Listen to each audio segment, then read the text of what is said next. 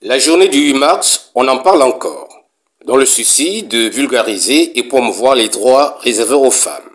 C'est dans ce droit fil que les femmes de l'Ofsengoyou se sont retrouvées autour de la présidente Roseline Tikaya qui a saisi l'opportunité pour leur expliquer la philosophie de cette journée. Elle est loin d'être une fête, mais plutôt un moment de réflexion intense visant à donner à la femme la force de s'intégrer dans le combat perpétuel de ses droits légitimes jusque-là bafoués par les pouvoirs publics. Et surtout se battre bec et ongle afin d'obtenir son autonomie dans tous les secteurs de la vie sociale. La journée du 8 mars, c'est une journée dont les femmes doivent prendre conscience.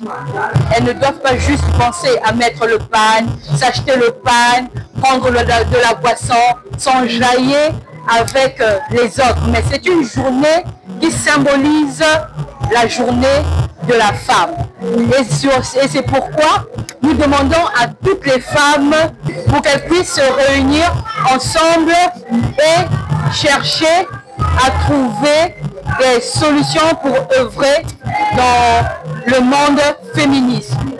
Cette retrouvaille vient comme prouver que l'Organisation des femmes du Congo Angouyou multiplie des démarches pour apporter à ses militantes les bases réelles de l'émancipation féminine.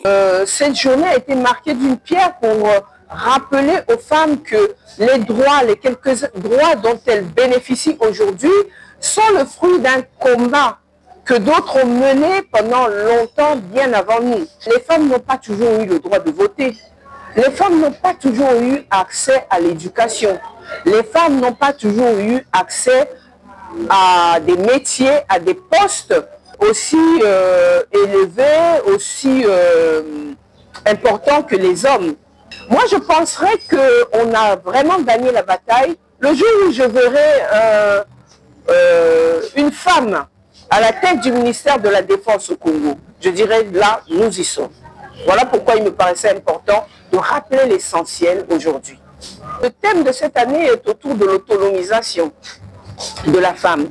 Ce que je souhaiterais, c'est que la femme congolaise prenne conscience qu'elle cesse d'être simplement une consommatrice.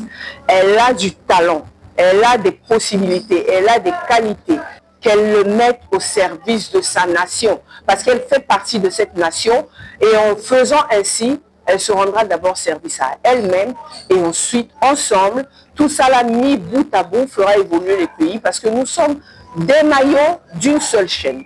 C'est dans un climat de franche camaraderie que cette rencontre citoyenne a pris fin, et ce autour d'un apéro.